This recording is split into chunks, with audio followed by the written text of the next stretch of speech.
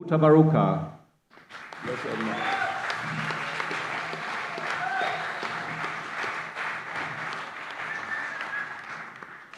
And our next special guest is right next to me. Werner Zips, Professor of Cultural and Social Anthropology, I hope I'm saying it right, from the University of Vienna.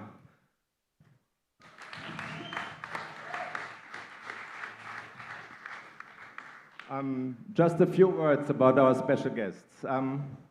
Most people in Europe know Mutabaruka for his revolutionary poetry that he voiced on reggae rhythms. I guess the term dub poetry would describe the best what he did on albums like Check It, Outcry, or most recently Black Attack, but I'm afraid Muta doesn't like the term dub poetry too much.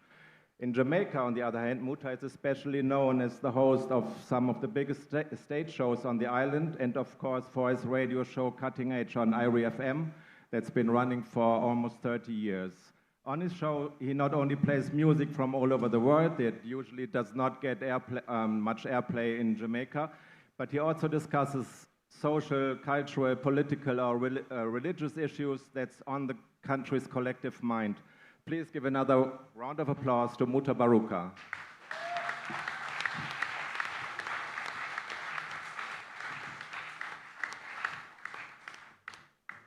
And Werner Zips has done a lot of research on Caribbean and African studies. He has published books on Jamaica, reggae, and Rastafari, has done various documentaries on TV, and is an esteemed writer for Rhythm magazine.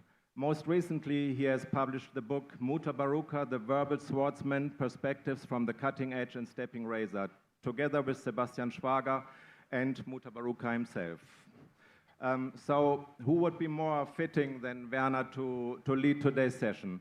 And also, before I pass it over to Werner, I want to introduce Pierre Tosi on the very right from my side. He's a radio host from Bologna, Italy. David Katz from London. He's the author of People Funny Boy, the autobiography of Lee Perry, and Solid Foundation in Oral History. And I'm Pete Lilly. This is Alan Köhlings. We are both from Cologne, Germany, and we're both editors of Rhythm magazine. Now I hand it over to you, Werner.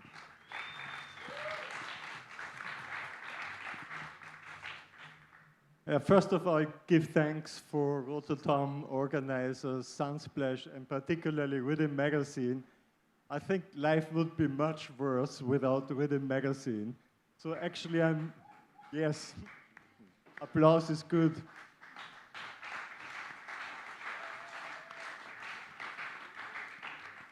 For instance, in the last issue, they ran a story that Sebastian Schwager and myself, the co-authors of this book, Mutabaruka, the Verbal Swordsman, wrote. So I really give thanks to Rhythm magazine, and I'm urging everyone who doesn't have an abo yet to get it as soon as possible. They need it. I'm very happy and glad to be here on stage with Mutabaruka today for the program which was titled The Mystery Unfolds, which is the title of a very famous album by Mutabaruka. Very, very good, excellent album. But I actually asked the organizers what they had in mind when they chose this title, and they were not too certain. So I guess they left it to Mutabaruka to make that mystery unfold. I would like to start with one question to him, because I have a personal mystery with his career. And that is, after being a poet, a recording artist for 2 or 3 decades, he rather chose to become a public intellectual, as we would call it, in Jamaica, and to actually raise black consciousness in Jamaica, the Caribbean, Africa, South Africa in particular, but many other countries, and the rest of the globe. And that was a very interesting and important decision. Very few people would choose and change from being a global artist at the time to becoming a radio presenter. And the other thing is, since that time, over 3 decades, he had a radio show of 4 hours every week, and for the past number of years, a second one, again, I believe 4 hours. So Sebastian, the co-author to this book, and myself, we sort of calculated it, and it were at least 8,000 hours. I believe it's rather more, maybe up to 10,000 hours. So sometimes speaking to people, I know what it means to have one lecture a week. It takes a lot of efforts. And students, basically, when they have to do a little lecture and a seminar, it's a big issue. So this person is talking 8 hours live on radio. Maybe not talking is, of course, playing music as well. But presenting reggae culture, and not only reggae culture, but generally black consciousness. And to me, the big mystery is, how can you do it? Where do you take the strength from? And yeah, that's actually a question related to the topic I would like to pose, Muta, in the beginning. Eli, Rastafari. So, it's a long question that I don't know if I answer. But it's not that we leave one thing and go to the next, you know, because we still do all of them, because right now we're on a show here. So we've been touring still, we've been making music still. You understand? It's just that sometimes the promoter, them so scheme to them don't want to send for the band. Them prefer me want to come to it cheaper for them. You know what I mean there? So true, me a poet now, I must have to use music. We just come still. So we have been touring all over the place and we've been making music. You know, we're making a lot of music, but it don't reach here so because a lot of the people them who produce them don't have the reach to give it to a record company. And some of the record company, them not interested in adult poetry. As you can see, it's dance all around the thing in Jamaica. So everybody want to jump on that. But we don't change. We start with the poetry and them ask if we do a radio program. And meanwhile, we do the radio program, we still do the poetry. You know, if you look on it, sometimes we take the equipment them from the radio station and travel with it. We was going to come up here so with it, but choose to say the time them conflict with when the program come on, we decide to say, we're not going to do that. But we're not transform from one thing to the next. You know, we are the same poet, same radio talk show host. Sometimes we all spin music in a party and all them something there. And we still do everything what we usually do. So it's not a you know, either business we work with. Give thanks. However, you didn't record for quite some time. I believe the last album before the latest one was done in South Africa, Life and Lessons. What made you decide to produce a new album with Mad Professor? All right, well, Mad Professor the day yesterday. You know, it's about 10 years ago, Mad Professor gave me some rhythm and said I must listen to them. And he might come to Jamaica and we have a record it. That was 10 years ago. Whenever I hear back from Mad Professor, all I hear that he was in Jamaica. So 10 years after, last year actually, we go to England and I say, you know, I'm going to check Mad Professor. I'm thinking, I know we should have did this thing, you know. So we go to Mad Professor place and Mad Professor say, yeah, man, I'm ready, man. So, you know, all the thing work. When we just started doing the poetry, China Smith was the producer. And what happened is that him used to make the music according to what I was saying. So, like, I would have read the poem them, and him listen to me and say, and make the music. Nowadays, people give the rhythm, and you have to write to the rhythm. You know, that is what most dancehall artists do. But we didn't know how to just speak, because sometimes when China hear me, I try to go to the rhythm, and say, no, don't say it to the rhythm. Just say the poem how you would normally say it. And that give way to an album named Check It. It's one of the biggest albums them, really. But really and truly now, the idea with Mad Professor now, Mad Professor did have the rhythm them, because he's a rhythm man. The man have some serious dub, unbelievable. When I play at Jamaica, and me alone play them. But when I listen to them, I say, okay, so I just draw from a poetry book, where most of the poems them come out, and look for which poem them will never record. A lot of them in the book we didn't record over the years. And I say, all right, make me listen to the rhythm them.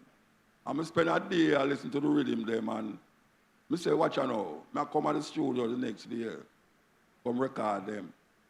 And we record the whole of them, almost about 13 poems in a one session. And we have now an album named Black Attack. Brand new album, don't release it. Shana can go and put it out, because that is the album, that is the label I have. Most of my albums over the years, except for in South Africa. And Alligator, we did the Check It album. So you look out for that. I hear him play 3 of them yesterday. So you can look out for that, Black Attack. But yeah, Mad Professor, serious man, him couldn't there, I know him gone, some Yugoslavia, some place him gone, I don't know where him gone. But yes, we're going to work with Mad Professor. We're going to work with him because this show here, the sister who booked me for come here say, we was one of the artists them who was on Rototom for the first Rototom them years ago, before coming to this country. We used to come on it, and now we say years after we come here so again, and yeah, we're not changed. We are write, we are read, we are cuss, and we are uplift and advance the welfare of African people, especially African people. And we don't want people to get tipsy because we say African people. Because that's where I work with. Because African people, they are the lowest M at anything, any country where you go. And that's over there. And at 500 years of it, we are going with it. You know, see, so we have to keep riveting in black people, say, look here, wake up. Marcus Garvey said, if you don't have no confidence in yourself, you are twice defeated in the race of life. But with confidence, you have won even before you have started. So Haile Selassie say, until the philosophy that all one race superior and the other inferior, until the color of a man's skin is of no more significant than the color of his eyes. He said, we Africans will fight if it is necessary, because we are confident in the victory of good over evil. And I know a whole heap of people get shaken up when Muta say, white people, and Haile Selassie say, until the philosophy. Look here, we have to understand the word where until mean. If until means in time to come. That is what I talk about. In time to come, the color of a man's skin will be no more significant than the color of his eyes. But until that day, we Africans have to fight, because that is where it's there. That is where it's there. So don't feel no way, white people, when we say until the philosophy that all one race superior, because people get giddy and jumpy and I say Muta racist. And Muta I don't know racist. We don't even know what racism is. Because I know man who love him guitar is a guitarist. Man who love him violin is a violinist. So I don't know if it's true me love my race, me a racist. But when I talk about 8 people because of color, we are talking about how we got through 500 years. 500 years of torment for a people who come across the ocean, come enslave my people. And that's what I fight for.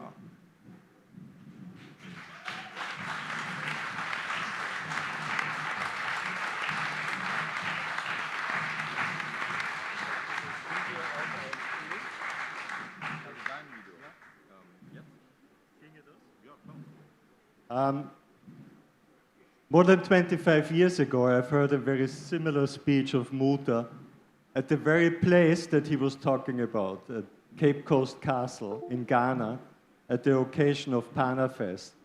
And we were there with Austrian television to do a documentary on Panafest. And perhaps to give you an idea of what happened there, if we are able to throw it on, we could show a clip of an event 26 years ago. Pretty much at the same time, actually.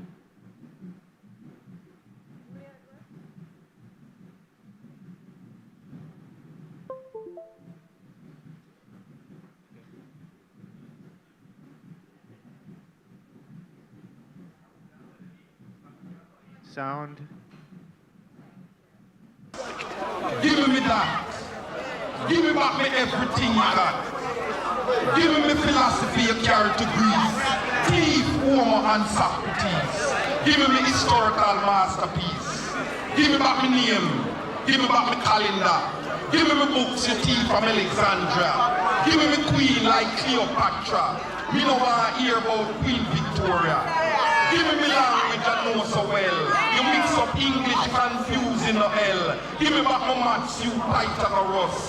Give me my symbols you thief from us. Give me this, give me that.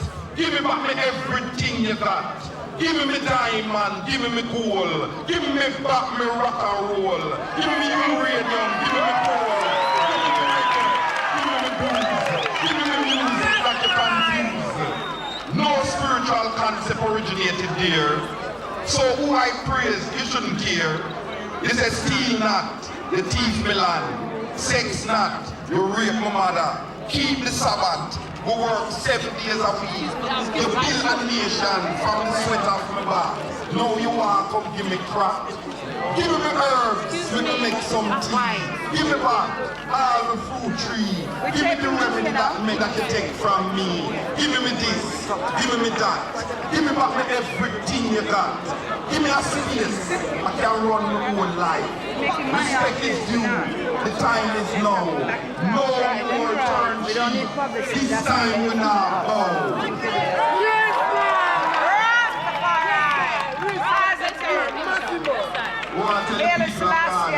Conquering lion. That we are still in slavery.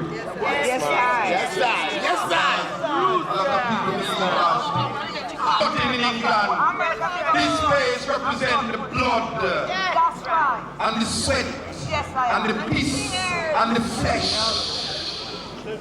of our ancestors. And maybe we might never forgive neither. Yes, because there's a lot of people that are scared to speak, especially when they say Europeans around them. But if we can't free our hearts, whether they are here or not, we are hypocrites to ourselves. And we are saying that.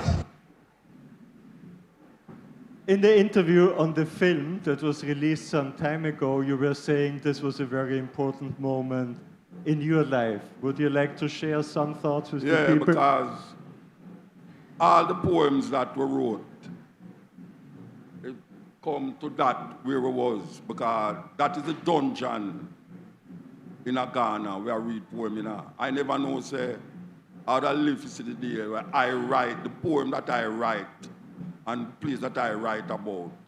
I come read poem in that place. As a matter of fact, you watch whole life, you say, a virgin named Ghana, but I start to cry. Because you can't go in them places and not cry, you know. You can't go in them places and not cry, man. When you see the dungeon, where them put the woman them in a, I remember them have a dungeon where when them put it down the window, them say the bad slave, them go in there. I'm say, all right, me's a bad slave, I want to go in there. And when I go in there and lock the door, I say, it look like me a beard in there. Because you can't even see your hand if you hold it up in your eye, so. And I say, all right, open it back. And I say, in there, so them put African people. In there, so them put African people. The dungeon, them down at the bottom and up at the top. The man, them a keep church. I praise Jesus. And in front of the dungeon, I don't know much I ever go Ghana yet and go there, so. In front of the dungeon are 2 church. In front of the dungeon gate. Them a praise Jesus. And them want me come here now to come praise Jesus. You know, Sizzler say, the white man God can't save you from white man oppression. If the white man pray to him God and get so much things for enslave black people, why black people feel say he's going to pray to the same God and liberate himself? We have to create our own concept. That is why we come and say Haile Selassie the first. Because when we say Haile Selassie, we not equate it with nothing. Because every God, a man created in our mind. Every God, a man create God in our own mind. So if I come and say Haile Selassie, who is you to come tell me, say, I can't say Haile Selassie because Haile Selassie is not God. Oh, you know that? Where you get God from? Everything comes from man's mind. Devil and God come from man's mind. The concept of God come from man's mind. Because I can't look on all my wife and say she a God. As a matter of fact, sometimes I call her that too. I may not feel no way. So we want you to know within the concept of liberation is a totality. It's not because Europeans come with it, we're going to say logical. What is logics? What is logics? Who's defining what is logical? Who is defining what is logical? Or you come to logics? Why you are telling me, say, logically speaking, Haile Selassie can't be God. Of course, logically speaking, it can't be God. So logically speaking, what? What it means, say, a man command the sun to stand still, that is logical. Or a man chew down him rod and it turns snake, that is logical. Or a man attack to bush, that is logical. Or a man open the Red Sea, that is logical. And a man feed 5,000 people with 12 fish and 4 barley loaves, and that is logical. No, that's not logical. That is your thinking. I don't have to come think that way there. I have Yoruba tradition, Obia voodoo, all sorts of different things, Santeria, all of them things there will define we as a people. So, me not fight against you, Jesus. But me know that Jesus can't free I. Me don't know about the next man. Jesus can't free I. I have to free myself with my own things.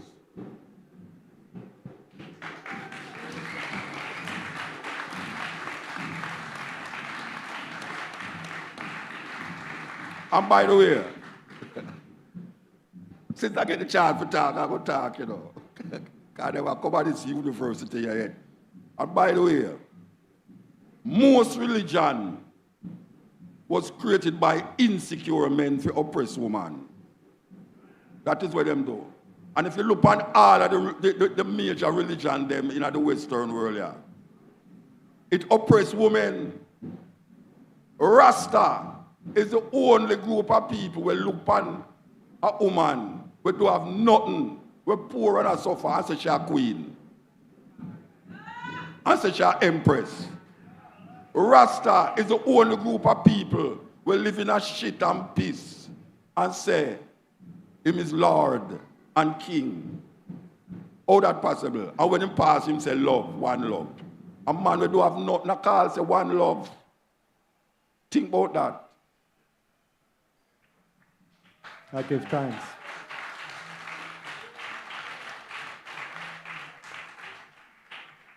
In Jamaica, when you raise the subject of Mutabaruka, people would usually say, Muta im Naisi. And that's a good example of what we just heard. But, I mean, of course, you wouldn't be here if you would not be aware of what he is doing on radio, on record, and on many, many occasions, even in universities. But I believe this aspect, which we wrote a chapter on in the book, is very important in a country like Jamaica, and it's actually stepping on the feet of many people. Not only the elite. Some of these reasonings are also are seen controversial even within the Rastafari community. So being a man of not only words, but of swords, cutting words, like I remember, you want to remember you, one radio program is called Cutting Edge, the other one is called Stepping Razor, referring to Peter Tosh's famous song and lyrics. Yeah, that song was written by Joe Higgs, by the way. Okay. Yeah. The original, okay. No, the original one was written by Joe Higgs. Joe Higgs. Yes. So I would like to ask you, being that kind of swordsman in Jamaica, where do you take the power from? And when we wrote that book, I wanted to do the title Rastafari Swordsman. Muta said, no.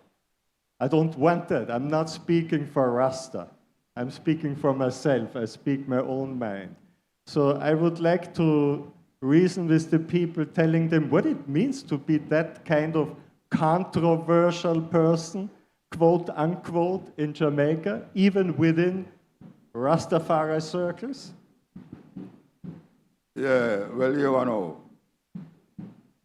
when I used to go to school, the first opening to Rastafari was the Bible.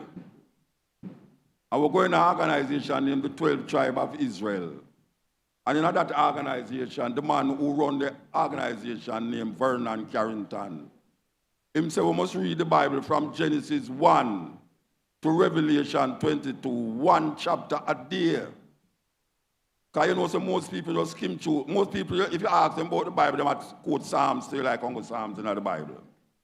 Well, we read from Genesis 1 to Revelation 22 2 times.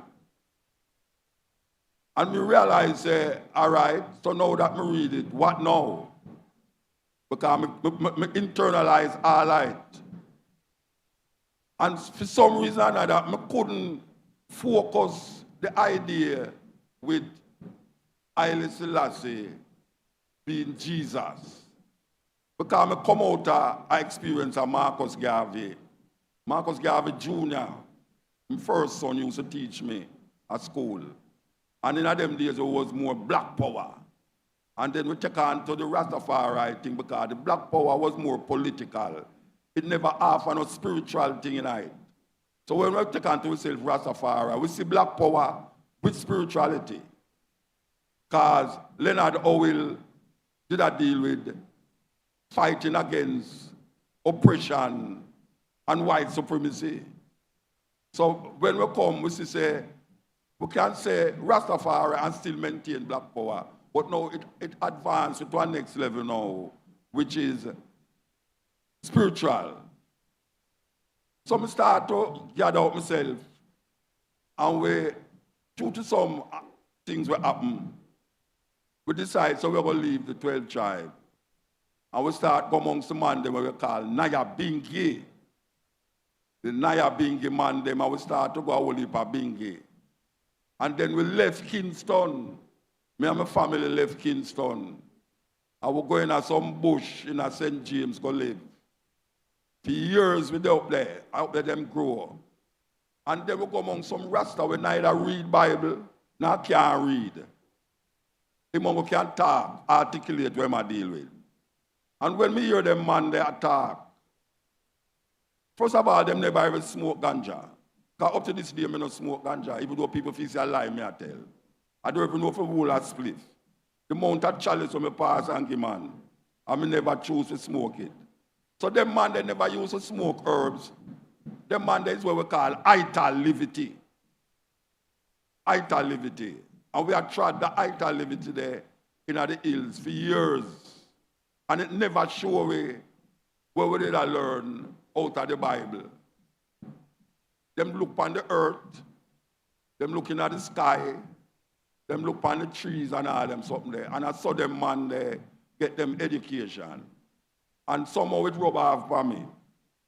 So me decide say, I saw me want to experience it. So to me as a man, me love read now. Me go start read all Buddhism, Confucianism, communism, all the ism that we can find. And I start to critically analyze the whole thing. And I realize about wait, them man have something, you know. Them man have something. Them not read, but them have something. So I start to focus my attention straight on that. From that time until now. And within we experience, we start to develop and articulate certain philosophical ideas. Because we are think and we doubt. Doubt is a very important part of the development. Because through your doubt, you're going to search. And in searching, you will find truth for yourself. So you must feel no way because you doubt something. You have some man that doubt where I deal with and I go like him not doubt it. And you can see it in action. Every day I doubt. I doubt things every day. But then I don't just left the doubt by the wayside. I go into the doubt, deep into the doubt, and figure it out. and throw for throw and hold on for hold on pan. And it brings me to this stage now where we can talk on the radio. And at 30 years we did I talk on the radio. And I talk on the radio and people say, why talking not help? You know, talking help. Talking help. Only the dumb envy the talkative. Talking help because the men them who start war don't go to war. He spend, him sign paper and make man go to war, go kill people. So talking is very important to the development of people who are listening and who don't want to hear what you say. And we say, it helps. Thousands of people all over the place. Austrian, Hitler country. Man come from Hitler country and I write book about maroon. Him a book about maroon too, you know. Him a maroon book. And now him come and write about a book by Mutabaruka. Him and him Austrian student. You think I of shock when I see that? That I want to say, make no white man write no book about me, Rasta. When I say, you want to know, you never give me that script there, though. Me and my wife got through the script. And then Caroline Cooper, everybody supposed to know Caroline Cooper, she got through the script and she write the, how do you call it, introduction? Introduction to it, yes. And I say, all right, I could work with it. So we work with it. And I tell you, we can't stop. We can't stop. And them can't change way. If you do it look like certain things where, wait, oh, Muta do that, and Muta do that, I say that. But watch out. It can't change way, it can't stop way. Of 40 years we don't wear shoes. 40 years, more than most people inside I will never ban. And the amount of disgrace will come up on me. Man, like if we wear, oh, you drive big car and now want no shoes. And man, see me all in New York and I shout across the subway. Muta, you start wearing shoes and you don't see the place cold. I say, what is? Muta, you know, something might took in your foot. The man them who me come up with in a Rasta never used to wear shoes. Never used to put on nothing on them head.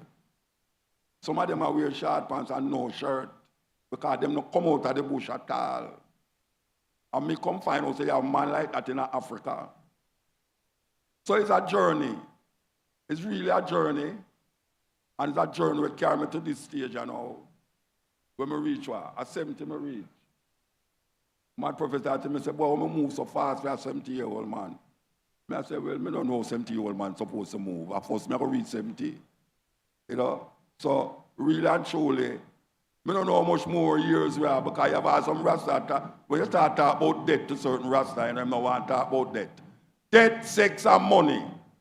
A whole heap of Rasta don't like to talk about it. Debt, sex, and money. He might say, oh, come you see your Peter that say him can't dead. And him dead. I mean, hear him wife and say, boy, you want, you know, so I start believe it, so me can't dead neither. The whole away, most dead. Anything we're born, going to die. So if you live in an illusion and say, no, dead, you know, come here and eat certain food. Certain food can't stop you from dead. I'm not a vegetarian because I feel say I will live longer than anybody else, you know. I'm a vegetarian because I can't take killing an animal and not eating nothing with fat or have foot and eye for run from me. If God did want your food to be food, he would make it with foot. That's when him see human being, him run from the human being. So it's a process, it's a struggle, and I like to know that. Oh, yep, good. Need a mic. Yep. Mike. Okay. Yeah, Muta, just one quick question about something you mentioned in this last question. You said you were taught by Marcus Garvey's son. Yes. So is he someone whose teachings you sought out, or in what context were you taught by him, and when? He used to teach at the school where he used to go, Kingston Technical, engineering. He was a great engineer teacher. And he used to teach me, but around the corner he used to have some little black power thing go on where him draw we into. So we get the first the first, what you call it, visible black power mindset me have was reading the autobiography of Malcolm X. And him did have that. So him introduced me to Malcolm X and we start to read it. And then we start to see it develop because we couldn't hide from him. Marcus Garvey Jr., we start to get exposed to Marcus Garvey and we just keep going on and on and on. So. But originally you were studying engineering with No, him? Or, no. what context? Originally I was a party guy and girls. Remember bridging them go a party, go look girls. You know, see, that was the day, and that's over the day. You understand? So, me never like school. My process, me so old school. All my maths teacher, me never like my maths teacher because they like my girlfriend, I'm a vex. You understand? So, it's just that. So, yeah, we learn what we can learn in our school, you know, but most of the learning we me get is when me go in at the bush at St. James. At that's all. Okay. My education start in at St. James. Yeah. May I give thanks? One interesting thing to me when you have the privilege of traveling with Muta in Jamaica is you buck up on a policeman and he would hail Mutabaruka. And that's very unusual. And I have a theory, I don't know what you have to say on it, but Mutabaruka is something like the most important link between the people and the democratic idea in Jamaica. For that reason that you just highlighted, and that Caroline Cooper, Professor Caroline Cooper, emphasized in the book. It's make we talk, and the poem goes on like that. Make we talk. I said the man I can't read patois and spoil it up. But make we talk. And make we talk. Meaning, let us talk. But here we know. The reasoning about the killing and the suffering and them things there. We also come with the things them we can make we bright, you know. Yes, it's not just sufferation we write about. Because some people feel say, oh, you're right, what's the problem, what is the solution? Oh, a man like me, after me I show you your problem, you're going to tell me, you know, must give you a solution. Why? And you must find a solution if you realize there's a problem you have. You can't after me show you the problem, no, you have to tell me, so what? No, I'm not no savior. I wake your conscience and your consciousness. I wake it up. As a Rasta man, I show you, say, the things, them, the education we have wasn't education, it was indoctrination. And them indoctrinate with them big youth. But Marley said, building church and university, deceiving the people continuously, graduating thieves and murderers. Bob Marley I said that. You understand? And we have the same idea too. So really and truly, when I say slavery, I don't expect you to tell me, you know, say, yes, so what we can do to stop slavery. I am not slave. I know what I do to stop slavery. But you now must find the solution in yourself. Because if I go tell you something and you want me to solve a problem, you're going to linger with the same problem continuously. If you realize that when me say, can't deal with your thinking. A man a man in an Eskimo land. I don't expect him to turn a vegetarian. I can't go up at the North Pole go preach. Why you must eat plant-based food and all. Which part of the plant-based food that will come from? You know, the snow and the ice and all them something. But I know, say, when I say vegetarian, it will relate to the people them who in a situation where I kill all the animal them and then name out the creation and want to stifle earth. Want to when the cow, them decide, say, hey, enough is enough from man, you know, we're going to start name them. Think about it. Before we go to questions and answers, we are at the Reggae University, but we are at the Reggae University at the Reggae Festival, so I guess at least a few songs we need to play from the new album of Mutabaruka, Cutting Edge.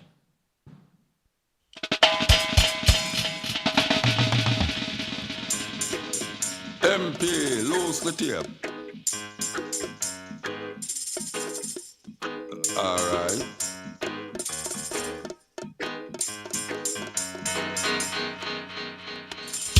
for tape. I wait for the rhythm seal. Some are fake on the edge, the cutting edge. With a clear sight, sniper aim, target in sight. Aim, fire, the cutting edge. Reload the bazooka. Build the mind. Okay, please, if you have questions, raise your hand. Somebody will be coming with a microphone, and please then ask the question.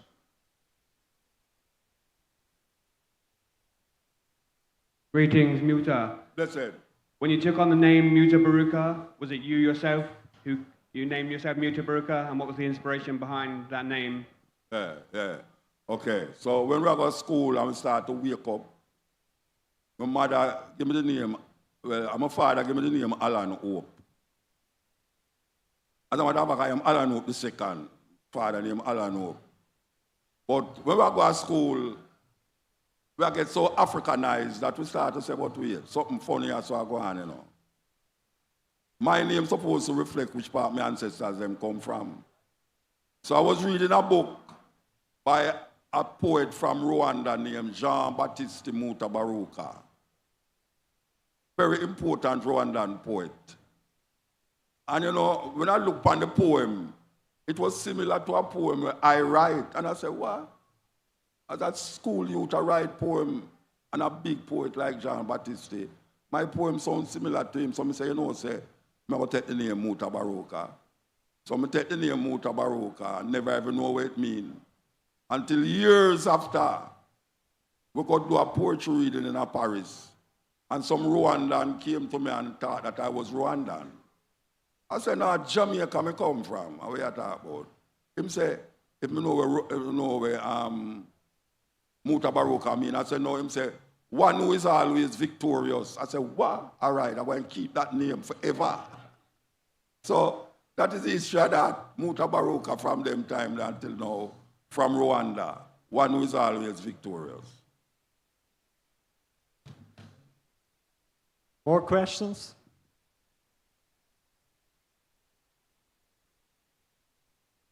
Rastafari. Blessed. Rastafari love Muta. Blessed. I mentioned that doubt is a very important element in the AI development. What that? I said doubt is Doubt, a very yes. is a very important element. So Yeah. I remember, and I said that I will keep the things that are good for the AI and drop the things that are not good. Yes. So I remember listening to the radio shows Cutting Edge in the 90s, going to the 2000s, and I sometimes had some controversial topics like Freemasonry, Illuminati, and all them things there. So if I find out that something, I don't know what's wrong with the mic, if I do something wrong, no? Yeah, keep going. If I find out that something of these things are to drop, would I still let the audience on the radio know that afterwards? Or Yeah. I wouldn't reason about it no more? Yeah, man. Cause watch you now. Me hear the Pope say some nice things, you know. And I repeat some of the things that the Pope say.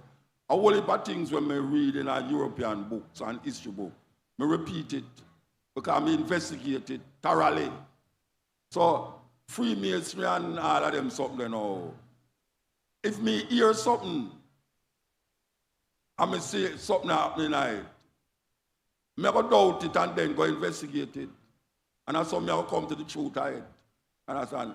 So me not dash with them things they like. Freemason, what devil business that? No, me not that. Because me not believe in a devil. You understand? A man construct that. So me have to investigate all of these things. Whole heap of things, just like Buddhism, Christianity, all of them things. Certain things in a Christianity me hold on pan. But me are not Christian. You know, see, me love Buddha, but me are not Buddhist. Because me love how him articulate him philosophy and them something there. Just like the Bhagavad Gita and Hare Krishna and all of them things there. You know them there. So, yeah. We doubt, but we investigate. And after we investigate, we throw and hold on, power, hold on. Even if it's Freemasonry and all of the things that you mentioned. Okay, we have time for one more question.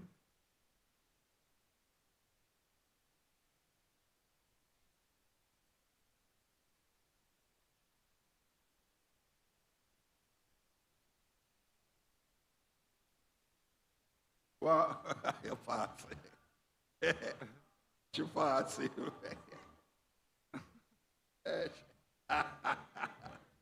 You're fancy. I even put up a ball. Oh, she passed him again. Good evening, Mr. Muta. I'm from Ghana. So what you talk, I listen and I know everything is true because everything is politics. In Ghana, no peace. People, we are living, we have resources, everything we have, but we know that live for our riches. And we travel around Europe, everywhere, and still suffering. I'm not understand about this politics or what you call it. I'm not understand. So that's my question, please. What is the question? The question is why people still suffer in Africa. Why people what? Suffer. I must tell you why people suffer in Africa.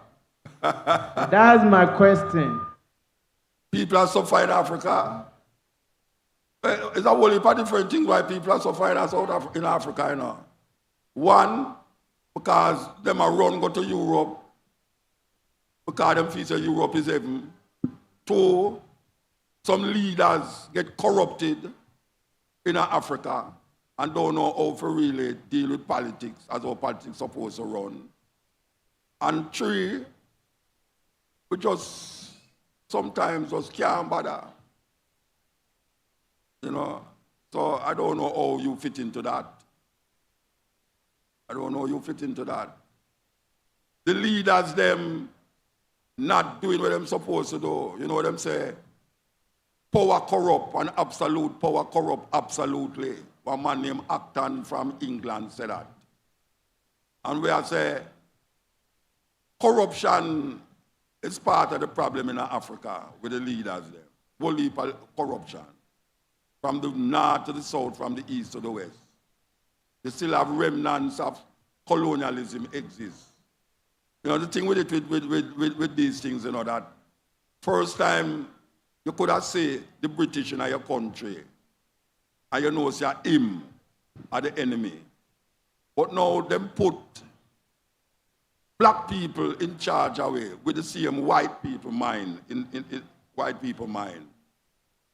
And we feel say, we're not under nothing again. But the black people, them sometimes worse than the colonial master, them. The way them around the thing. So you have to figure that out, you know, brethren.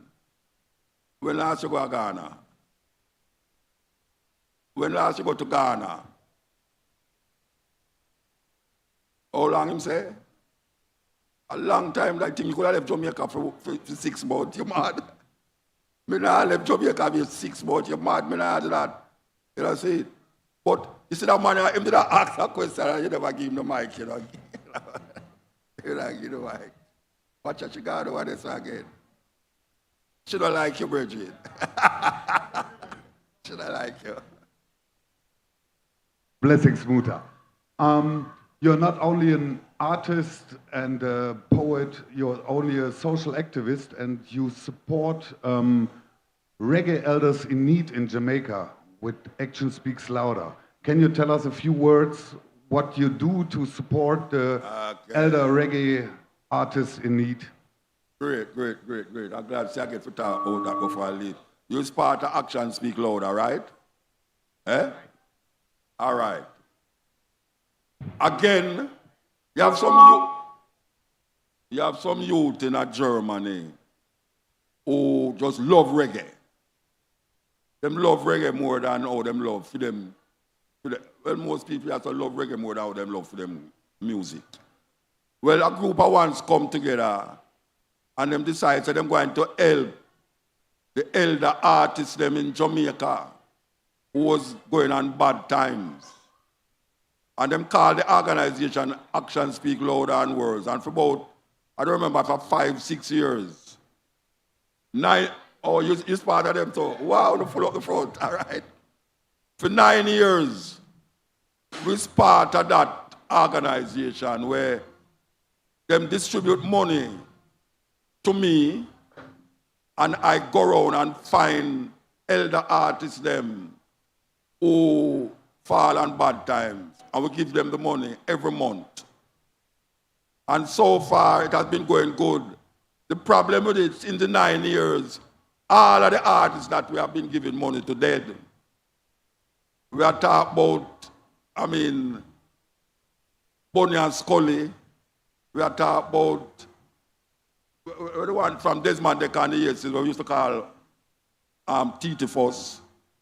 We are talking about the amount of artists were dead, musicians and artists, but we want to give thanks to them because the brethren who came through with the idea, the man they know about Jamaican music than any other Jamaican may ever buck.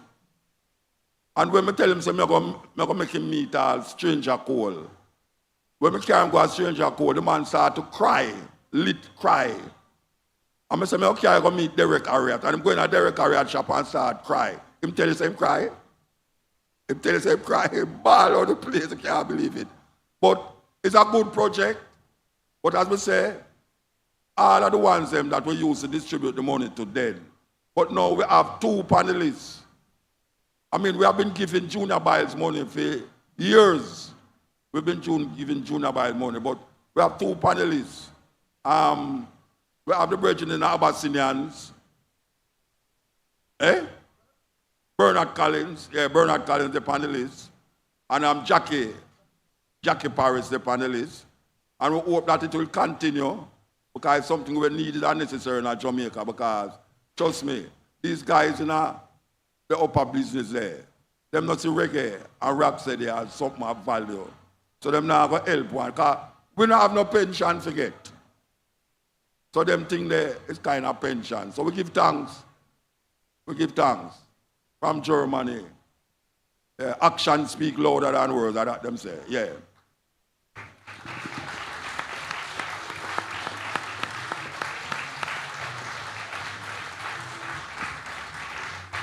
Unfortunately, the time is up already. I want to thank you very, very much for this very interesting and insightful session. Much thanks a lot to Muta and to Werner. And if you are interested in the book on Muta, by Muta and Werner, you can come up and I don't know how you get it, but Werner will tell you. You can get it signed. And before you leave, please keep in mind we will be back here tomorrow at 5 p.m. First, we're going to do a session with the Afrobeats queen Yemi Alade from Nigeria. And then at 6:45, we're going to talk about the current state of dancehall with the artist Chi Ching, with Donna Hope, who is right here in the front, and with Joshua Rittikel, the curator of the film Strictly Prohibited. It would be lovely to see you tomorrow. Thanks a lot. The poetry book is up there and the swordsman is up here. So anyway you want to take it, you can go up at the Rasta Center there. What do you call it? Rasta Center? Yeah, at the House of Rastafari. House of Rastafari, yes. Muta will sign it here if you want to pick it up here. Give thanks, Muta. All right, give thanks. Hold up your hand if you love them your fashion and style. There is a posse in the corner, all of them just a ball